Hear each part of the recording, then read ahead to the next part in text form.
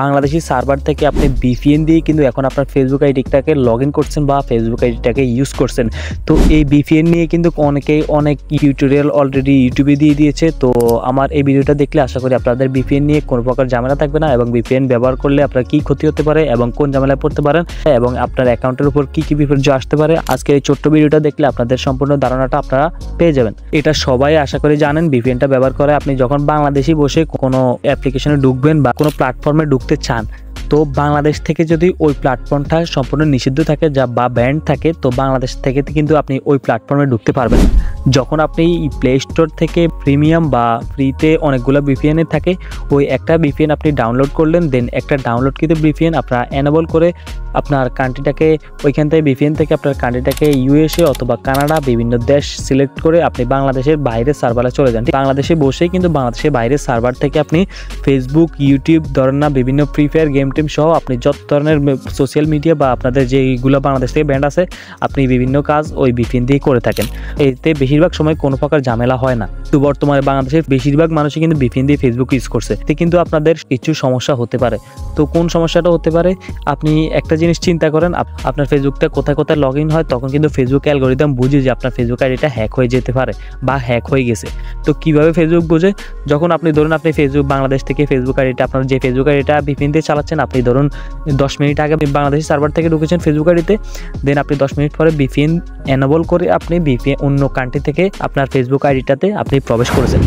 তো Facebook algorithm ভাববে যে আপনি 10 মিনিটের ভিতরে তো আপনি কোনোভাবেই বাংলাদেশ থেকে ভারতে বা বাংলাদেশ থেকে আমেরিকা, বাংলাদেশ থেকে ফ্রান্সে যাওয়া সম্ভব না। তো এই 10 মিনিটের ভিতরে আপনার আইডিটা কতক্ষণ চলছে, এই যে আমেরিকায় কতক্ষণ, ফ্রান্সে কতক্ষণ, বাংলাদেশে কতক্ষণ, কানাডায় বিভিন্ন ধরনের রাষ্ট্রে আপনার আইডিটা লগ ইন হচ্ছে। ফেসবুক অ্যালগরিদম ভাববে আপনার আইডিটা হয়তো কোনোভাবে হ্যাক হয়ে গেছে, আমরা এই আইডিটা ব্যান করে দিচ্ছি।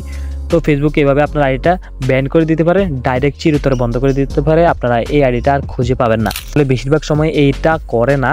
তো ধরুন মাঝে মাঝে 100-200টা আইডির মধ্যে 1-2টা আইডিতে এরকম প্রবলেম করে। তো যদি ওই 1-200টা আইডির মধ্যে যদি আপনার আইডিটা পড়ে যায়, তাহলে তার করার কিছু নয়, আপনার ভাগ্যটাই খারাপ। কিন্তু আমি আপনাদেরকে যেটা সাজেস্ট করবো, ফেসবুক যেহেতু গভর্নমেন্ট নিষিদ্ধ আছে বর্তমানে বাংলাদেশের, তো আপনারা এই কদিন না ইউজ করলে আপনাদের কোনো সমস্যা হবে না। আর যাদের ফেসবুক পেজ আছে, মনিটাইজেশন করা কোনো ইউটিউব চ্যানেল, ফেসবুক পেজ আছে, আমি সবার আগে আপনাদেরকে মানা করবো আপনার VPNটাকে কোনোভাবে ইউজ করবেন না। কিছু ফেক VPNও আছে, অনেকে হয়তো ওই VPNগুলো কানেক্ট করে আপনাদের ফেসবুক আইডি সব বিভিন্ন অ্যাকাউন্ট লগ ইন করছেন। এতে করে কিন্তু আপনার পুরো মোবাইলটা হ্যাক হয়ে যেতে পারে। কিছু ফ্রি VPN আছে যেগুলো ভালো, ঠিক আছে, ওগুলা কোনো সমস্যা করে না, কিন্তু আপনারা রিস্ক নেবেন কেন? আমার কথা হলো আপনাদের রিস্ক নেওয়ার কোনো তো দরকার নেই। মনিটাইজেশন করা বা বিভিন্ন ধরনের বড় ফেসবুক পেজ থাকলে আপনারা ওইগুলাতে লগ ইন করলে কিন্তু ওইগুলোর উপর বড় ধরনের একটা অ্যাটাক আসতে পারে, আপনার মনিটাইজেশন ক্যান্সেল হয়ে যেতে পারে। এগুলোর বিষয়ে আপনারা যথেষ্ট পরিমাণ সচেতন থাকবেন।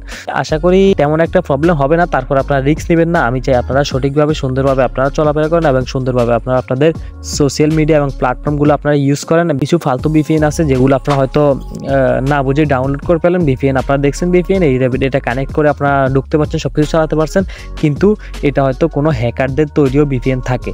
তো ওই VPNটাকে আপনারা ইউজ করে আপনার সবকিছু বিকাশ, নগদ সহ যত অ্যাকাউন্ট আছে, টাকা পয়সা সবগুলো আপনারা এখানে লগ ইন করেন। অনেক টাকা পয়সা থাকে, সবগুলো কিন্তু ক্লুট হয়ে যাওয়ার সম্ভাবনা থাকে। যদি VPNটাকে আপনারা অলরেডি কানেক্ট করে থাকেন, আমি বলবো VPN যেভাবে আছে আপনি এইভাবেই চালান। বেশি অ্যাকাউন্ট এখানে লগ ইন করবেন না। আপনার ফেসবুক এক আইডি থেকে আরেক আইডিতে বারবার যাওয়ার কোনো দরকার নেই, এক আইডিতেই থাকুন।